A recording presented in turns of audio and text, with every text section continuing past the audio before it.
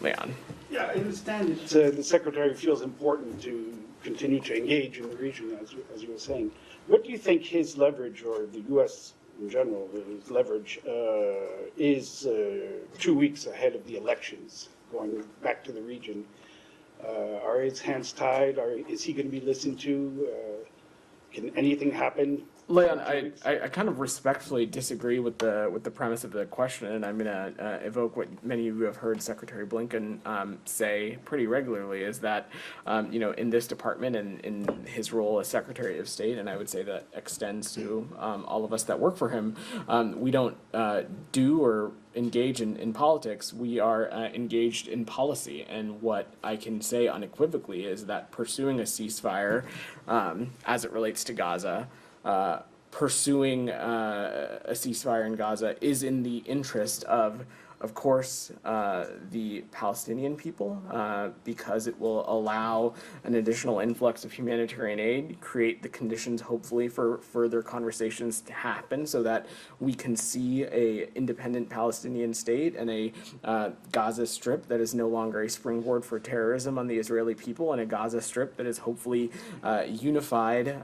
with the West Bank as an independent state.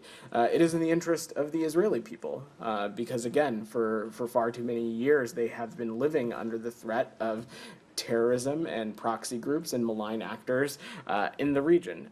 It is, of course, in the interest of the United States, and it's in the interest of American citizens. First, the Middle East region is a region in which there are a number of American citizens who live there and call it home. But beyond that, the United States, the American people, it is in their interest to see a region pull itself out of these endless cycles of violence that we have seen for far too many years that date back further than October 7th. So it's not about leverage, Leon. It is what do we want to see that is the best thing that can happen for the region, that is in the interest of the American people. And pursuing a ceasefire in Gaza, continuing to have conversations with counterparts of what a post-conflict period can look like, all of these things are in the United States' interest, and all of these things are in the interest of the American people. And that is true, irregardless of whatever may come when it comes to our elections. Yeah, I'm not so sure about that, but just to move on very quickly, Lebanon, do you condone strikes against financial institutions that struck the affiliates to Hezbollah?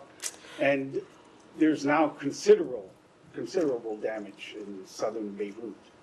So is it going to become another Gaza? Look, Leon, we've been pretty clear and consistent about the fact that we do not want to see regular and daily strikes into Beirut. As it relates to these specific financial institutions that you're asking about, Leon, I've seen those reports, and I'd let the IDF speak to its current operations. I, from up here, could not offer any analysis on what kind of role they may or may not have had as it relates to Hezbollah's broader infrastructure, whether it be financial or otherwise. I'm not saying that they did or didn't. I'm just saying I can't offer that assessment from up here. Broadly, though, our call continues to be the same, that Israel needs to do everything it can to not target civilian infrastructure and abide by international humanitarian law. And in all of its operations, needs to take every possible measure to minimize impacts on civilians and civilian infrastructure. This is something that Secretary Blinken has raised consistently with engagements that he's had with counterparts, but it's also something that President Biden raised with the Prime Minister earlier in the year as well.